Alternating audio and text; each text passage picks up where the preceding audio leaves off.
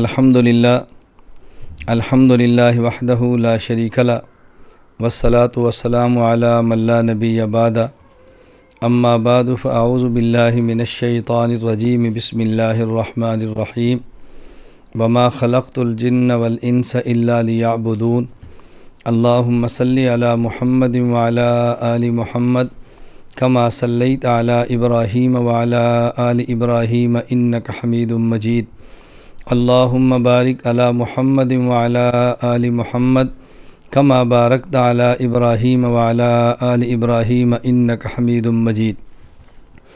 میری نہایت قابل صد احترام ماؤں، بہنوں اور بیٹیوں، قرآن کریم کی آیت کریمہ جو میں نے تلاوت کی ہے، اس آیت کا خلاصہ یہ ہے کہ اللہ رب العزت ارشاد فرما رہے ہیں کہ جنات اور انسانوں کو اللہ نے اپنی عبادت کے لیے پیدا فرمایا ہے۔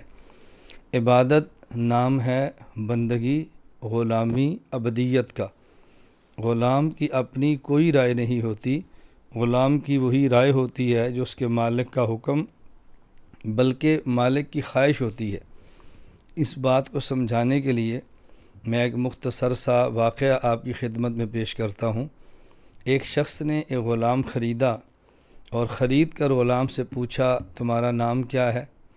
تم کیا کھاؤ گے اور تم کیا پہنو گے؟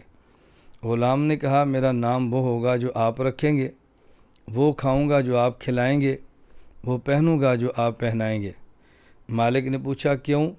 اس نے کہا، میں غلام ہوں اور غلام کی اپنی کوئی خواہش اور کوئی رائے نہیں ہوتی۔ اس سے ہمیں یہ بات سمجھنی چاہیے کہ جب انسان دنیا میں آئے اور اللہ کی غلامی اور بندگی کرے تو اس کا مطلب یہ ہے کہ نام وہ رکھا جائے جو اللہ اور اس کے نمائندے رسول حضرت محمد صلی اللہ علیہ وسلم چاہتے ہیں۔ لباس پہننا ہے تو وہ پہنا جائے جو اللہ رب العزت اور ان کے نمائندہ حضرت رسول اکرم صلی اللہ علیہ وسلم چاہتے اور پسند فرماتے ہیں۔ کھانا ہے تو وہ کھایا جائے کہ جو اللہ رب العزت اور حضور اکرم صلی اللہ علیہ وسلم جو ان کے نمائندہ ہیں جو وہ چاہتے ہیں۔ یہ انسانیت کا تقاضا ہے۔ لا الہ الا اللہ، لا الہ الا اللہ، لا الہ الا اللہ، ما لنا رب سوا۔ لا الہ الا اللہ، لا الہ